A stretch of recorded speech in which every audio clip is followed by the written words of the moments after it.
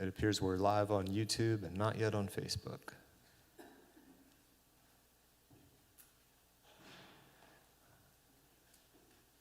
You're live. Thank you, sir. Because it was already on the agenda, we are going to open the evening with a public hearing, even though I have sent documentation to City Council that I'd like to withdraw this request. But if there's anybody here for public comment, we will entertain that now. Yes, sir. Please step up to the mic. Your name, address, and your comments, please.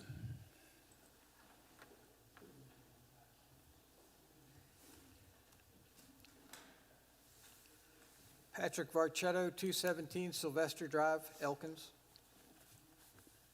My concern is unanimous? Seriously, unanimous. Why did you disregard the council that put that in place? Didn't you even consider why they put it in place? I'm totally against Jerry. I have no problem. If you want to start another job and everything, that's great. But as far as the council, I remember when this was put in. And there was a reason for it. And I think this council should have looked into that reason before they unanimously decided to implement this. Thank you. Anyone else for public comment tonight? If none, public hearing is closed. We will begin the invocation and pledge of allegiance. Please bow your heads. Heavenly Father, we thank you for this day and the blessings you have given us. We thank you for the opportunity to serve the citizens of Elkins. We ask that you help us to keep open minds, civil tongues, and warm hearts as we work to grow our community. We also ask that you watch over and guide our country's leaders. In Jesus' name I pray, amen.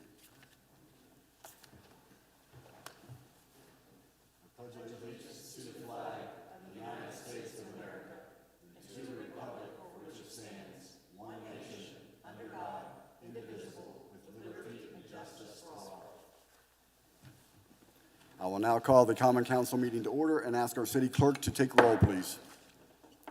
Councilor Barros-Friganera. Here. Councilor Carroll. Here. Councilor Chenoweth. Here. Councilor Hinchman. Here. Councilor Kearns. Here. Councilor Lowther. Absent. Councilor Parker. Here. Councilor Pliszka. Here. Councilor Severino. Here. And Councilor Thompson. Here. 9 present. You have a quorum. Thank you, sir. Is there anyone else here for public comment tonight? If not, we will move down to the minutes portion, and I will entertain a motion to accept the October 19th, 2023 minutes as submitted. We have a motion. Any comments or discussion? If none, all those in favor say aye. Aye. Aye. Those opposed, nay. Motion carries.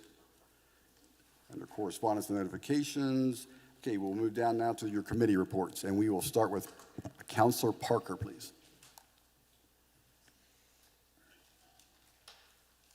Well, it's been interesting. Anyway, public safety, this upcoming meeting next Monday, we're primarily going to be dealing with work in progress. I don't have any new business that's been brought to me that would be appropriate for the committee. With the task force, we are making progress. I have to remind myself, we're getting there. We have a meeting, I believe it's on the 11th, with Jonathan Board. The 9th, sir. Our regional representative. The 9th. I beg your pardon? The 9th, sir. Okay. On the 9th. No, the 9th. November 9th, Dave. Yeah. Thank you. Yes, sir. We have a meeting with Jonathan Board, who is our regional representative on the West Virginia First Foundation Board.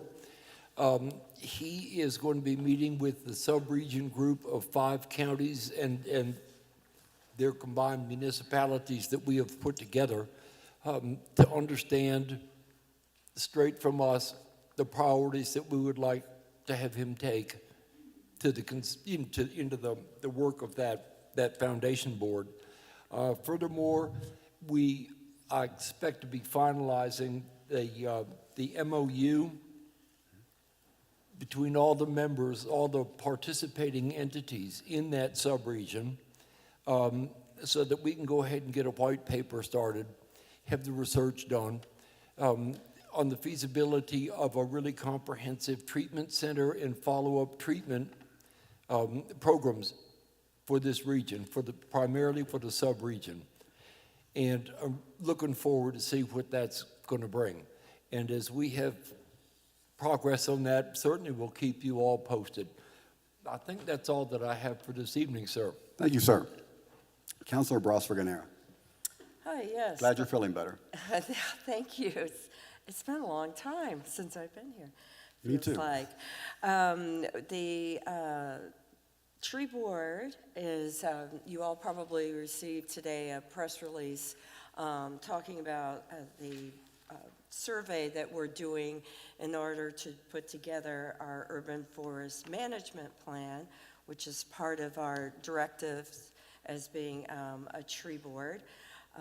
Those are due November 10th, and we'll be meeting on November 14th to review those surveys, and those surveys will really help us form our annual plan and move forward. I also have plans to meet with downtown merchants to sort of hear their opinions on things. And then the plan is to present the plan at the first January meeting. It's fairly long and involved, and so we won't be asking for approval at that meeting. We'll present it and then perhaps ask for approval or any questions or concerns at the following meeting, because it is quite extensive.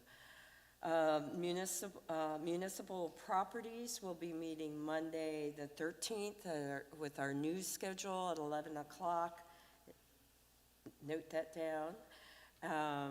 And the items that will probably be on the agenda is the Darden House, the Kump House, and the Veterans Memorial area, and any other concerns that come up between then and now will be good. And that is all I have to report. Thank you. Thank you. Councilor Pliszka. Okay. No report. Thank you. Councilor Henchman.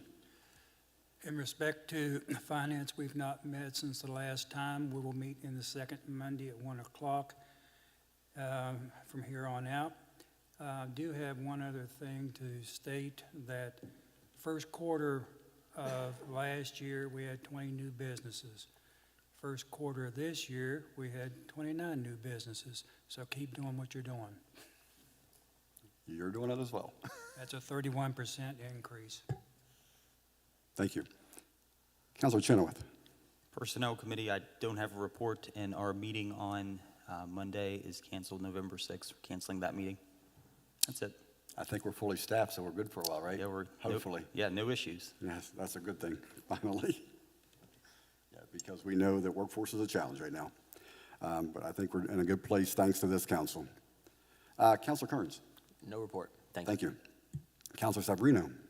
No report. Thank you. Councilor Carroll. Rules and Ordinance will meet Monday at 3:30, and most of the conversation will be centered around how we adopt new ordinances and trying to streamline some processes. And then Planning Commission will meet, is it Thursday next week at 3:30, or is it Wednesday? I have 2 dates on my calendar. Wednesday, Wednesday. the special meeting on Wednesday at 3:30. And that discussion will be about the comprehensive plan. Thank you, sir. Councilor Thompson. No report. Thank you, sir. Yes, sir. If I may, even though Councilor Lowther is in absentia, I wanted to thank him and just be on the record of thanking him for the work he's been doing on trying to get a coherent recycling program in place, in working with the county on doing that. It's his work should be noticed. Thank you, sir. Appreciate that. Okay, down to staff reports. We will start with Chief Bennett.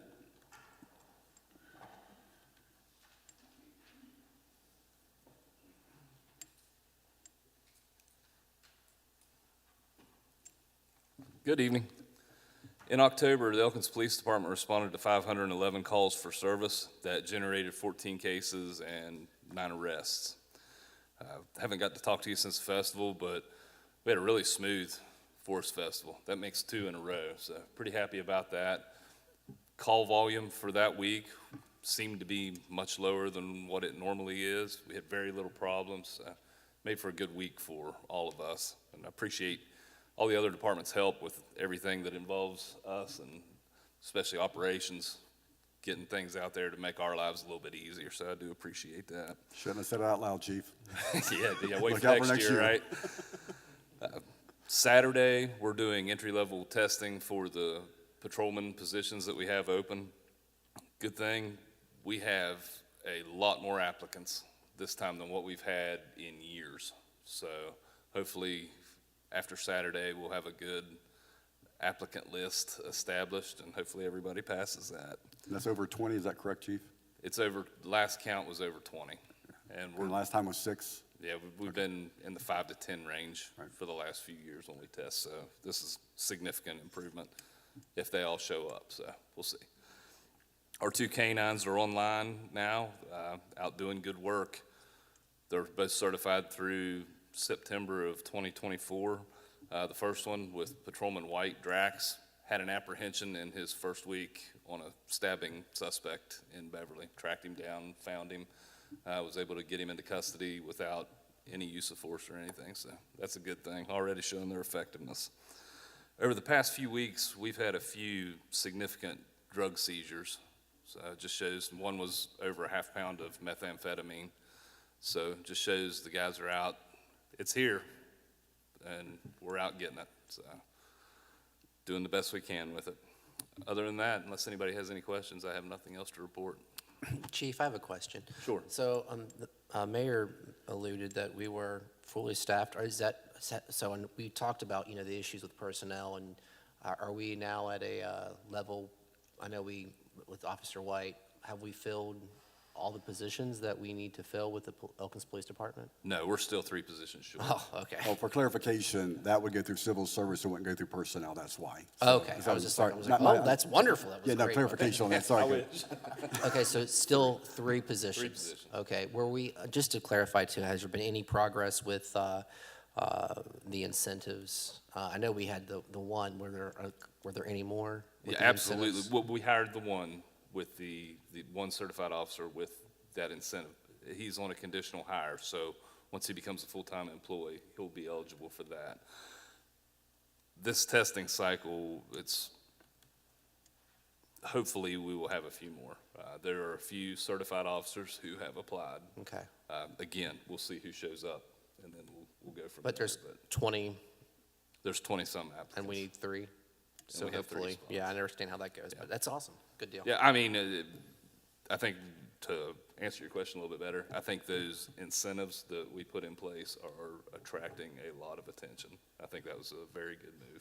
Good deal. And quality officers, correct? Or Yes. quality candidates. Yep. All right. Thank you. Mr. Kessiker.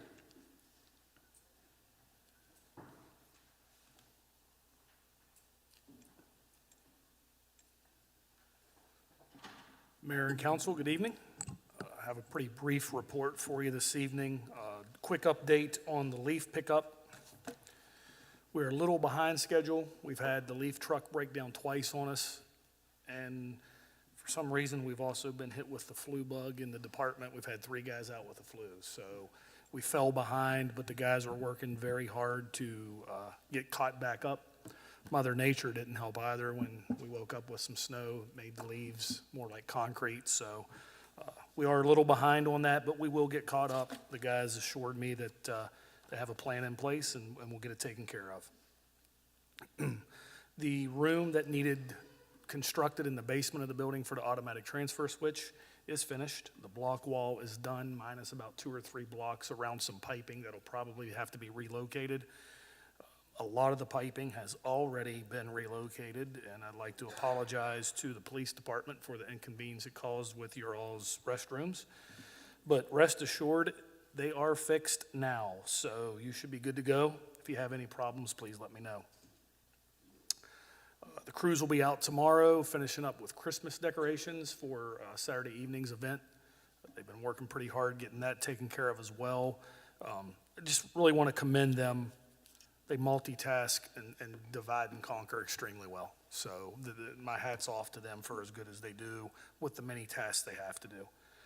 This Tuesday coming up, I will be meeting with our architect again regarding the sanitation garage bid and some options or decisions that will need to be made with it.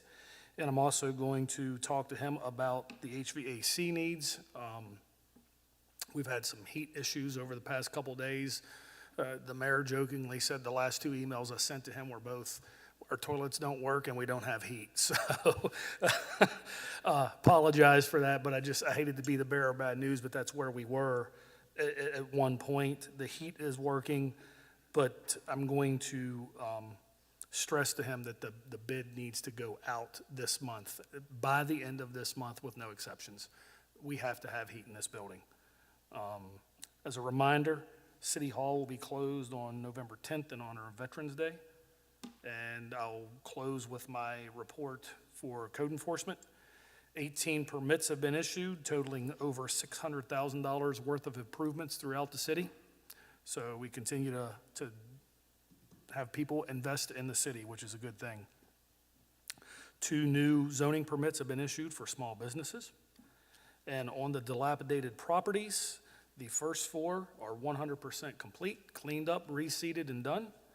The second 4 the company is delayed, and they should be here within the next 7 to 10 days to begin that process to get rid of those. And 17 Davis Avenue cleanup is in progress on it. So definitely moving in the right direction.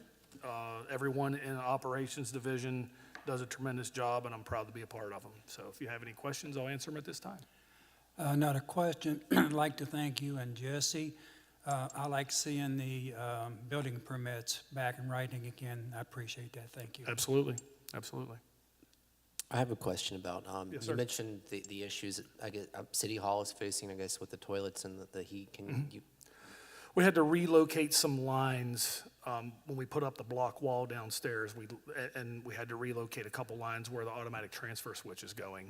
And when the contractor did that, it created a vacuum issue. Toilets weren't flushing properly. We installed 2 air vents when all of a sudden okay, they're working now. I was just concerned Yeah. you're talking about, Yeah. like, was there some kind of, like, like a deterioration of our current system? But We have one line down there that's deteriorating a little bit, and it will be replaced. It's just in future projects. So, and as far as the heat goes, the boilers, there were some parts that, as with anything that operates, that went bad. And it's just scary when you go all summer and you don't run them. And then you kick them on, you just hold your breath hoping that, the lack of operation hasn't caused something to go bad. And there were a couple parts that went bad. The I've company. experienced that this week when we turned our heat on. Absolutely, happens at the home, yeah. But the contractor came in at 5 o'clock in the evening and worked until 7:30 to get something fixed on it to make sure it was going to operate for us, and it is. It's working, but again, we can do better than just patching it together and holding our breath and hoping to get through the winter, so. Well, and we didn't get a transition to winter. It came quickly yesterday. So. Yeah, there was no warning or anything. It was just like, here it is, so, but we got through it so far. Thank you, sir. Thank you. Ms. Judy.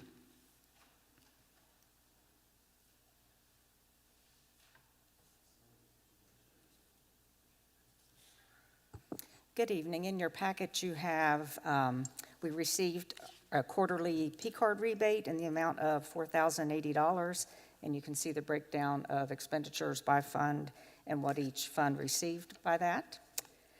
And then we also have made our full year's contribution to the closed pension, fire, and police pension plans. Fire was a little bit more than what we anticipated due to values. So that is at 100%. At the start of this year, they were fully funded at 123.81%.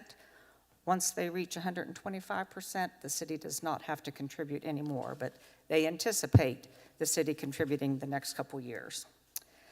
For the for police, they contributed this year a little over $27,000, and we were eligible for the state allocation, which we have received, and it is in the bank. of a little over $143,000. And also, within the past week, received confirmation of approval from the State Auditor's Office for our annual audit for 2 years, the next 2 years. And finally, I would like to say thank you to the police department. I already shared this with the police chief, but the police presence on Halloween throughout the neighborhoods is greatly appreciated. Just want to say that was well done, and it was needed, at least in our area, so that's for sure. That's all I have. Any questions from anyone? Yes, sir. I had to turn myself on here, Tracy. In looking at the general fund revenues year-to-date, what's your sense? Are we on track, Tracy, or are we a little bit behind?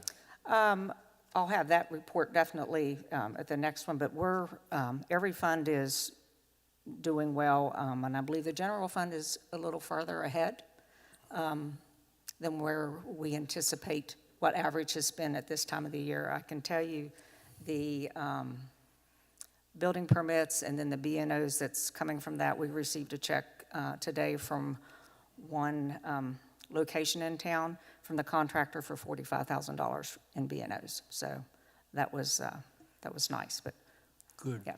And Tracy, what about the sanitation fund and the sewer fund? It looks like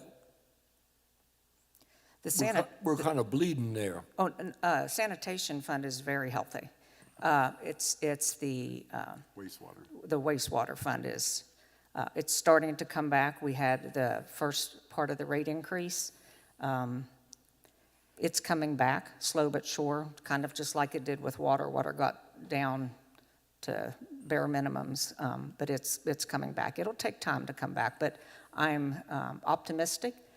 As far as revenues for October, I believe they were probably somewhere around 30,000 additional revenues in October than in September, so it's coming around.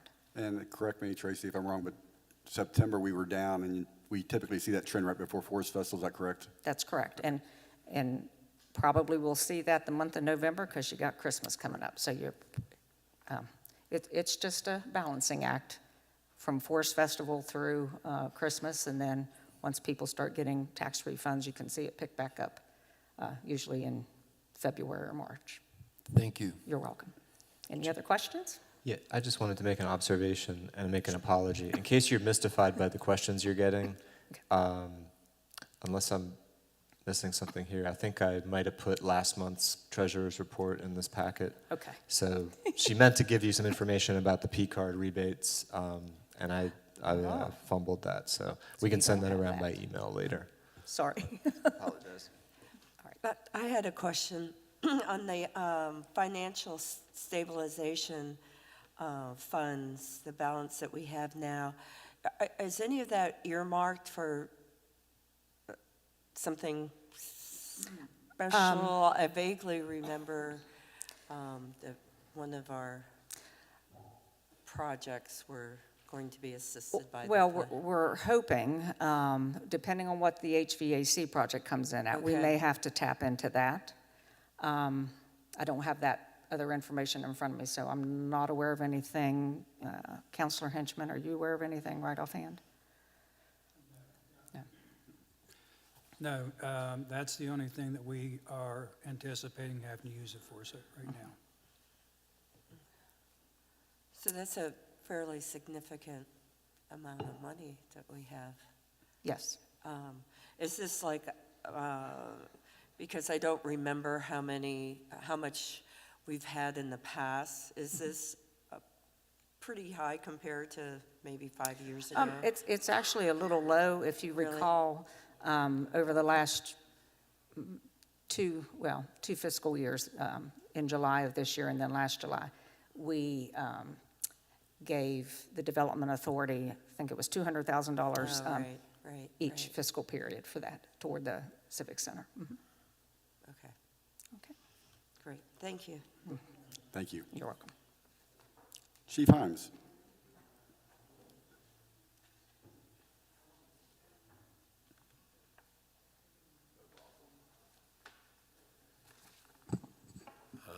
really short tonight. October, we had 51 calls. That brought us to a total of 550 for the year, so we're still trending ahead of last year. I made contact with the Red Cross again.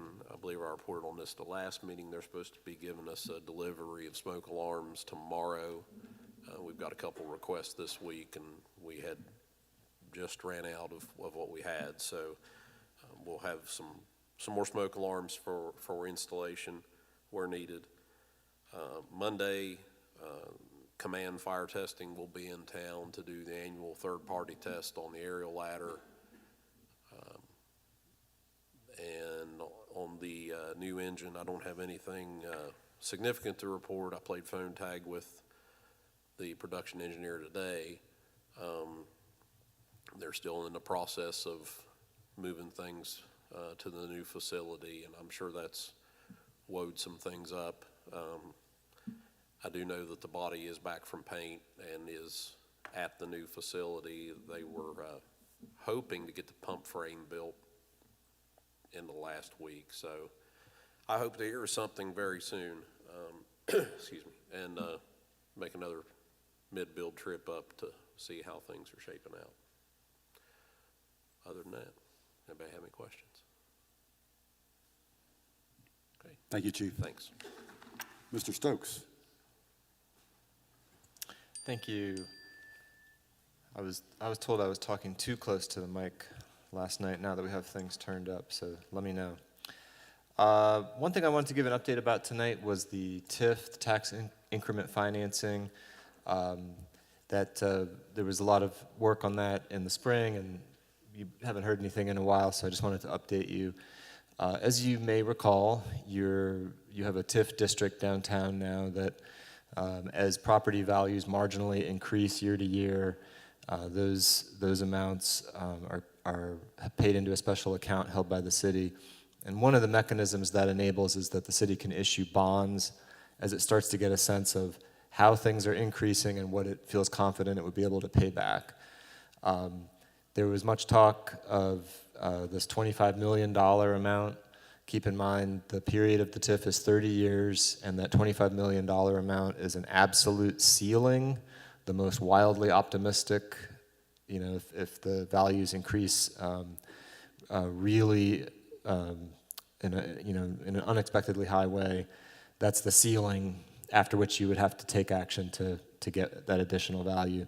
The conservative estimate is that you might be able to issue a total of 10 or so million in bonds, and that would be done in chunks over years, as you know, over the coming years as we see values come in. So the update tonight is that the assessor will be giving us her 2024 valuation information by the end of December, and so that'll be the first gut check of how the increases are starting to happen, and then that'll be used by our advisors, the investment banker and attorney, to start to get a sense of what next steps might look like and when those might be taken. So anyway, that's the TIF. Also, just wanted to mention, with the great work being done on hiring, I wanted to just once again mention Melissa, the new HR generalist, who really has been going after a range of projects, and she has really brought energy to assisting with hiring. The incentives, without a doubt, are a main driver of this large number of applicants to the police department, but it also needs saying she has made use of some online tools to really make it a lot easier to apply, and I think a lot more appealing to apply. And so she's really been pushing things out and has really been, I think, in multiple departments, a really welcome help when it comes to managing, interviewing candidates and onboarding them. So it's really great to have her. And then another thing that Melissa and Wendy have been working on, and Tracy, that I can't really yet speak in a ton of detail about, but I did want to start putting some numbers in people's heads about what's on the horizon for the city in terms of health insurance for employees.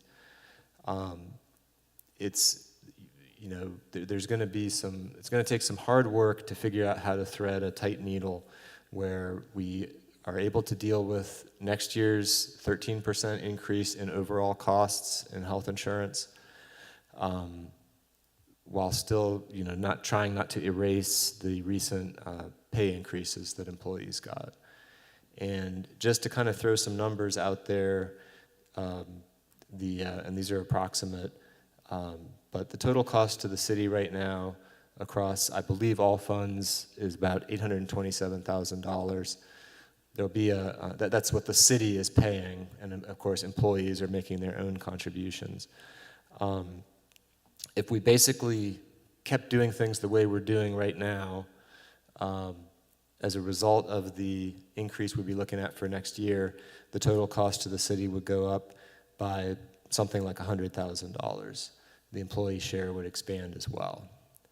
On top of that, this is the year we join the state or next year, meaning the year starting July 1, is the year we join the state in employees having to pay a $140 monthly spouse surcharge if their spouses are eligible for insurance at another employer. So that's another big hit to employees.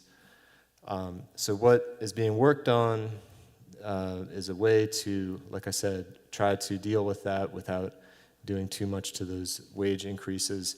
There's been a lot of talk about the high deductible Plan C approach. That's one of these plans where high deductible and then the employer contributes to an HSA to cover the deductible. And there was a lot of enthusiasm about the possibility of, because of the decreased cost of that plan to the city, maybe the city could cover 100% of that and cover 100% of the deductible with an HSA. Well, that would be much more expensive than anything else that's on the table. And so there's going to be something most likely along those lines, and it's going to be a question of figuring out what the right share is for employees to still shoulder and the city to shoulder, and that's being, Melissa's deep in the spreadsheets working on that. But I just wanted to throw out there that, it's reasonable to just have in your minds as you look ahead to budget planning season that, and this is a figure that I think would be across all funds, but there's going to be something like a 100,000 to 200,000 in that magnitude, 300, I don't know, increase in the amount the city is probably going to have to be coming up with for health insurance. That's a smaller amount just for the general fund, but it's big numbers, and so I just wanted to make sure that starts to be in your heads as we're looking ahead to how different funds might be planning their next year. Tracy, did you notice me make any egregious errors there? I mean, we're just talking ballpark here, but. I think what you said is accurate to this point. Yeah, it's going to take a lot of juggling to see, because it's not just a one-year increase. That's the other thing, yeah. Right, that, we will continue to have increases. And then I believe it's in, I can't remember if it's 25 or 26, RHBT, Retiree Health Benefit Trust. We haven't had to pay that this year and last year. This is, the city pays this. This is not passed on to the employee. But they're anticipating that amount being a 10% increase 2 years in a row. So, yeah, it's a lot of number juggling, and I echo what Sutton is saying. Melissa's doing a wonderful job, and with the help of Wendy, they're trying to see what we can come up with that And I think for context, especially new members of council that haven't been dialed into this subject, it's been a number of years until basically last year where there were no increases. And so what's happening is that the math no longer works with that, and these are increases that are coming down as a result of that.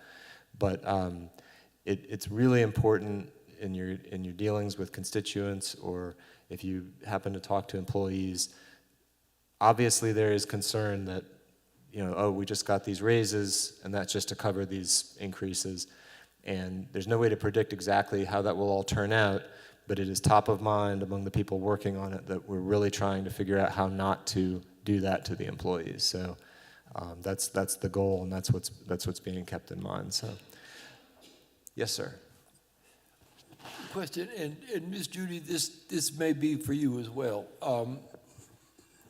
Do we have any, just as a matter of interest, do we have any sense of how the PEIA increases compare to health insurance increases in general in the Well, state or around the country? The other point I wanted to make is that, especially as the city has been structuring health insurance for employees right now, even with all these increases, you're still looking at a very solid plan for significantly less than a lot of private employers are able to offer.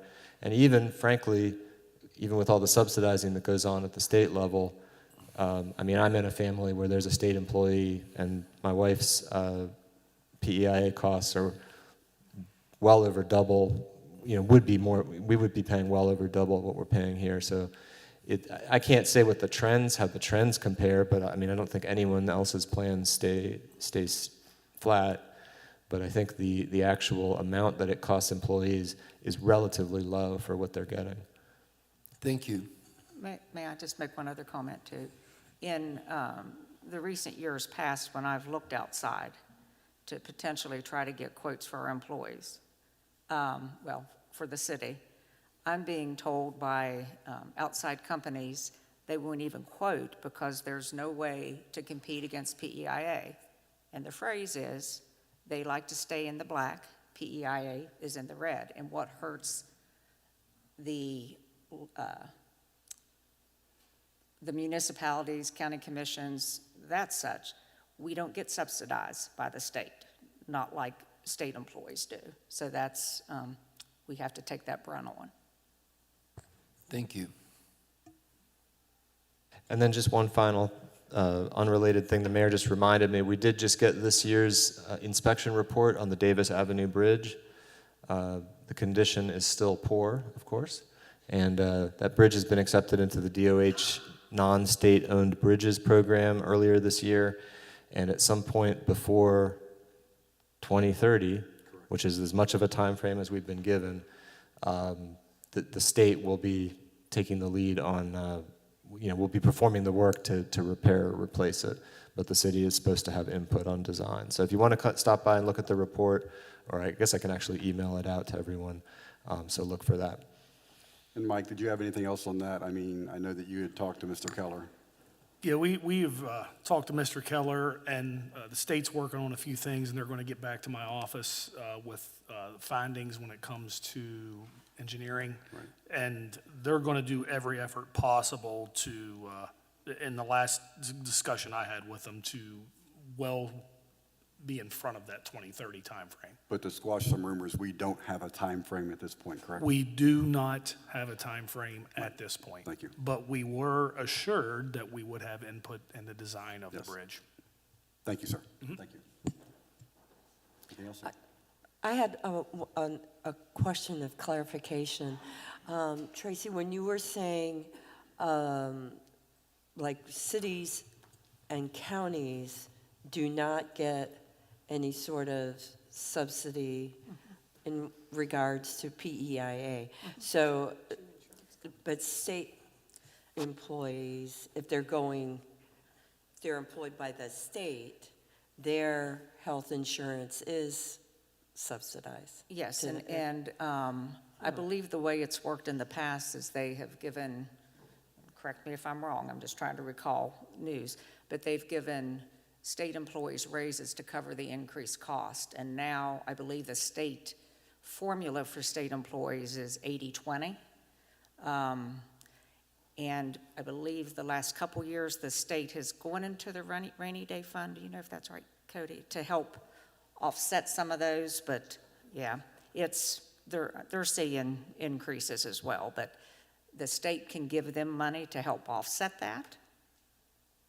But And yeah, that was it. The legislature, if the increase was going to be like $2,400, the legislature usually appropriated about a $2,000 approximate increase to kind of cover that. So while their actual salary didn't necessarily take-home pay didn't increase, it kind of offset the increases from PEIA.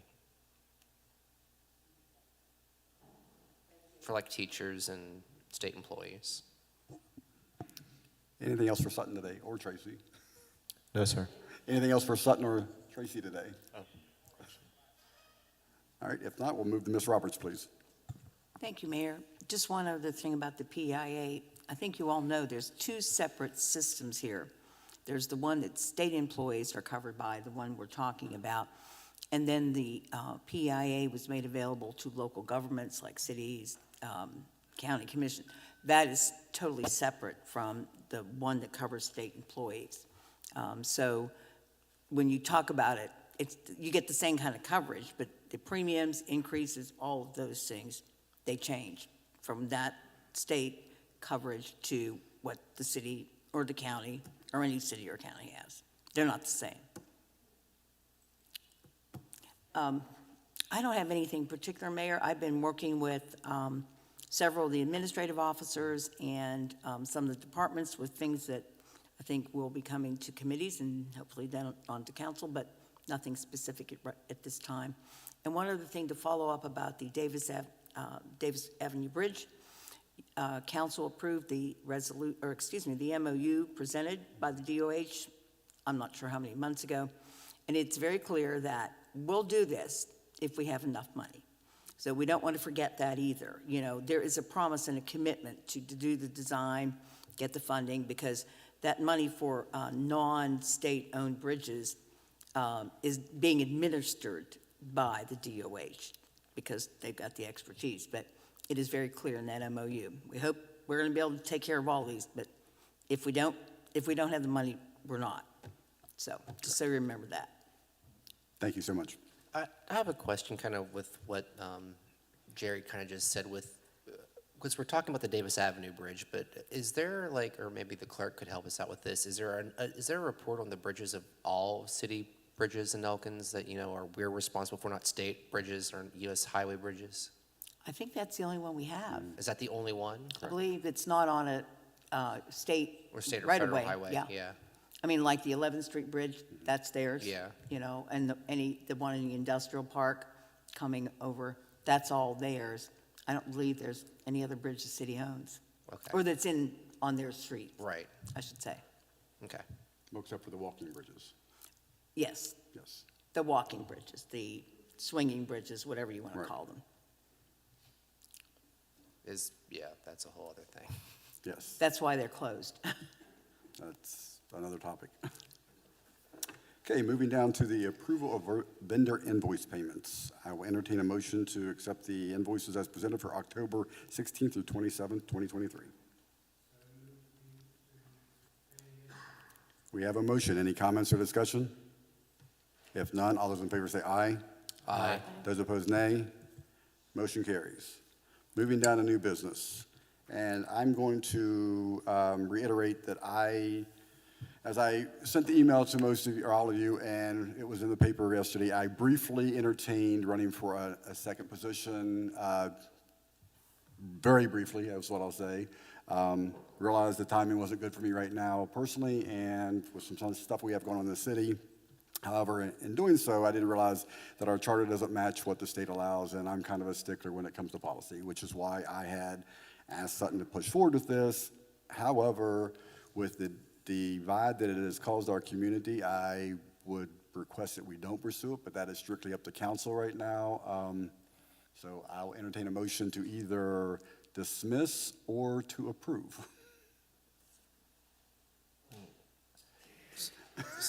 So, One option is that if no one moves it, nothing happens, and, you know, or you could move it and then a majority vote of council voting it down would end the process.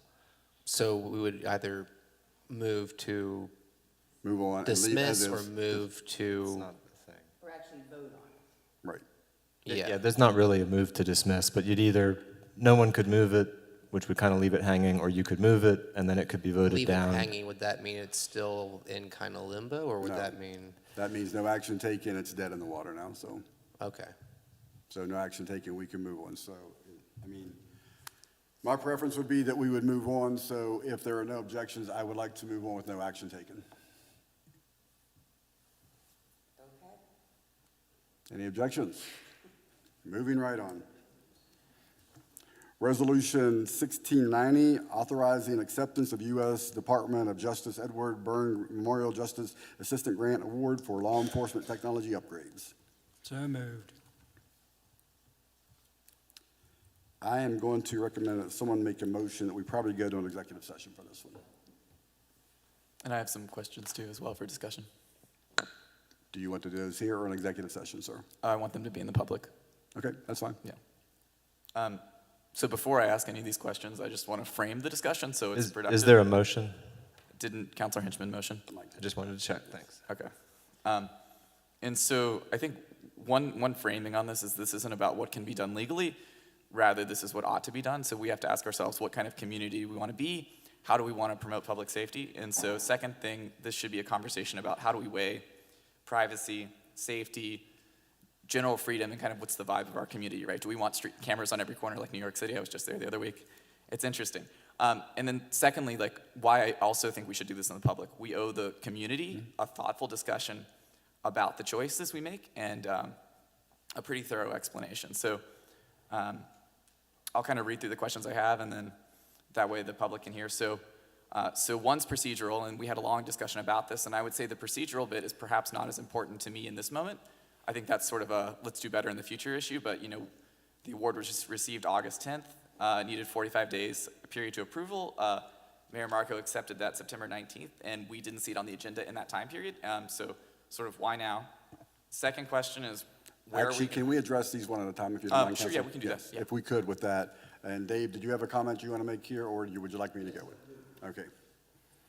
On the matter of procedure, I raised that rather strongly at the last meeting. And I want to apologize to you all, and I want to do it publicly because I raised my concerns in this public forum. We're dealing with both apples and oranges in this matter.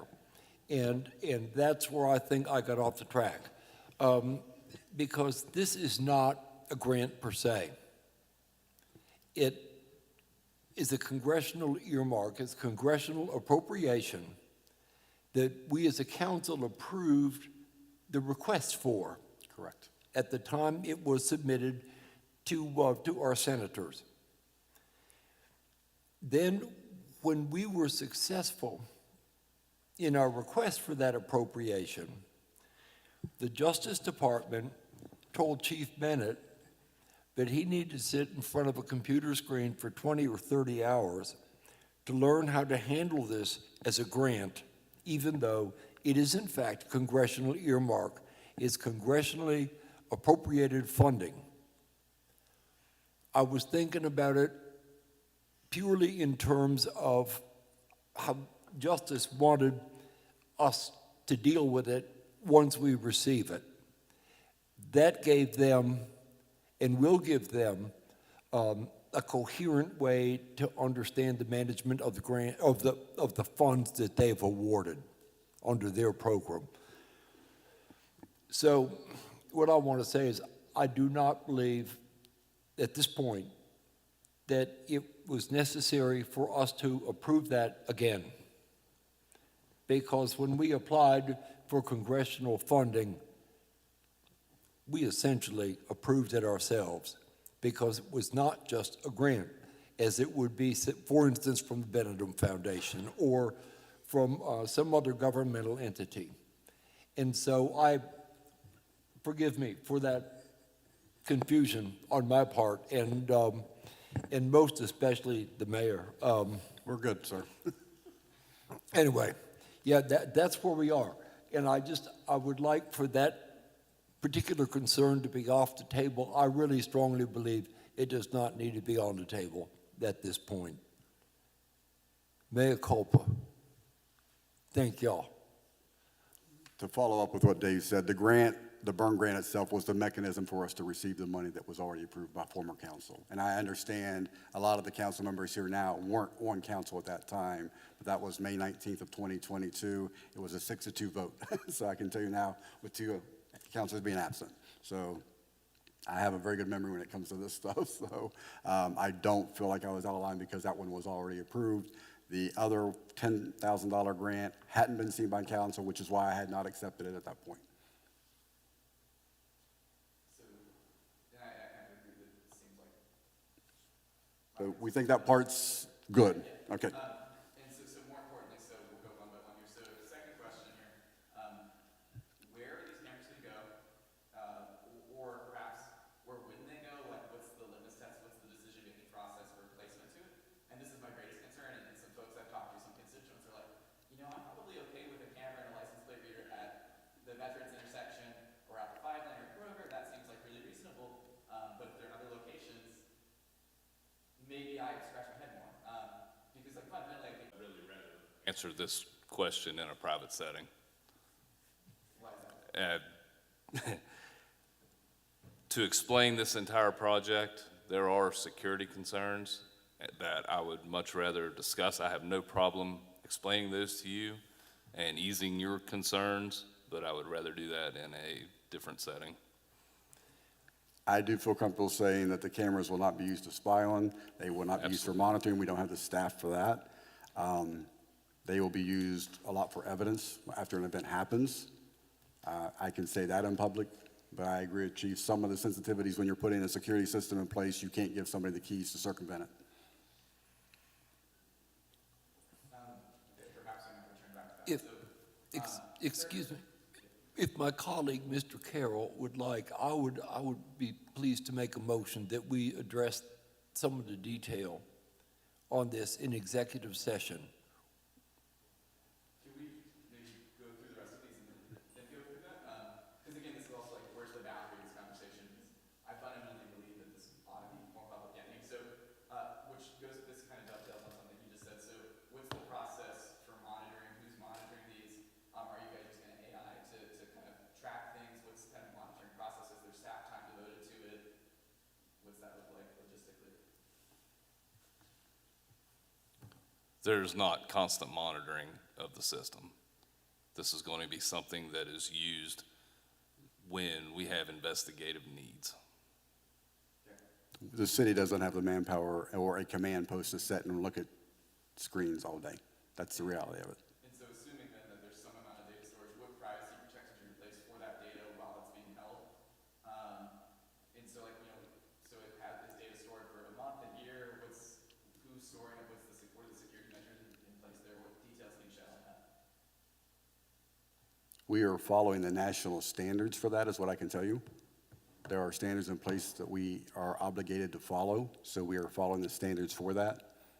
So can you kind of enumerate maybe like how long would particular footage be stored? I don't remember the exact, off the top of my head, I apologize. We can probably get that for you though, so, I don't remember the exact time frame. And another kind of logistical question that I didn't write out earlier that came to mind in some of these discussions. So 10 or 15 years from now, we're going to be able to sustain the replacement cost of a system like this. What's the long-term cost to the city? Or what's your feeling on it? I know you don't have Right.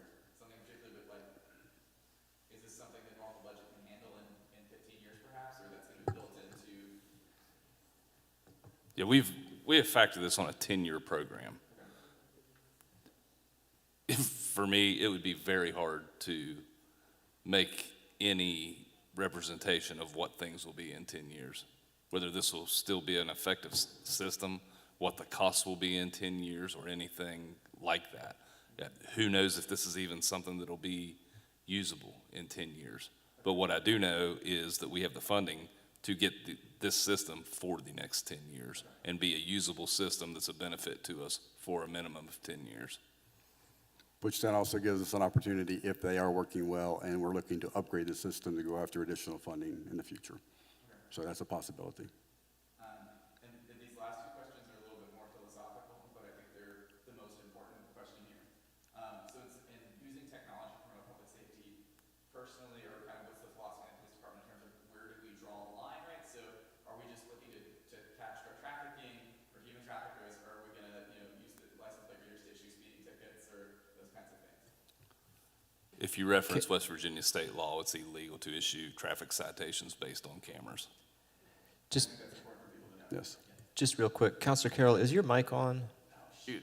Yeah, that would be a problem. Sorry. Do you want to start back with number one? I'm just kidding.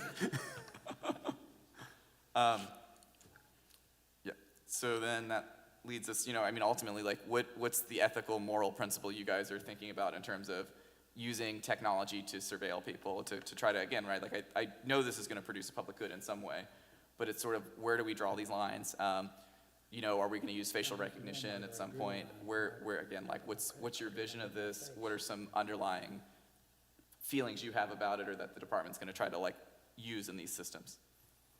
This system is to detect, deter, and investigate crime, period. That's all it's going to be used for. And so is that only video? Actually, Mr. If I can add, from an operations standpoint, during the Forest Festival, we had, and this is, in the big scheme of things, this is probably, not the most important thing in a lot of people's eyes, but we had nearly 30 barricades either destroyed or stolen.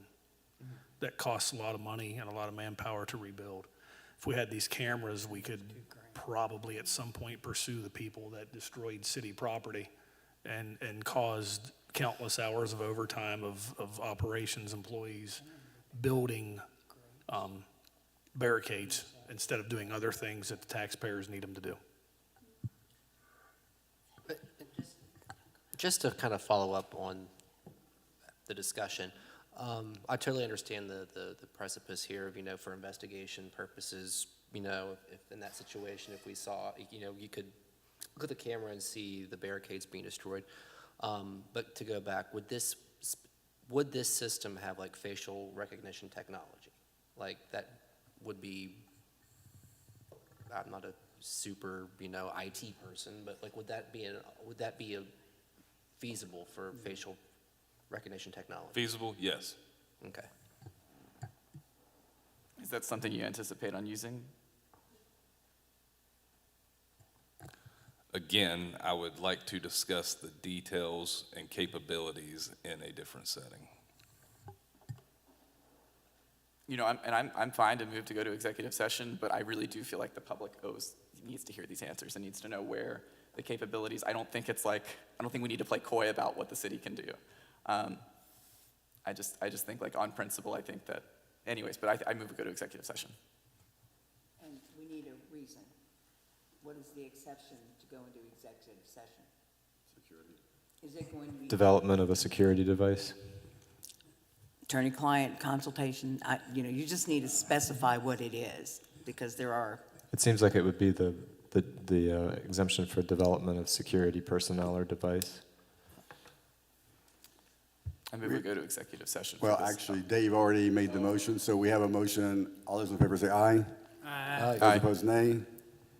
And it is 7:58, and we will enter executive session.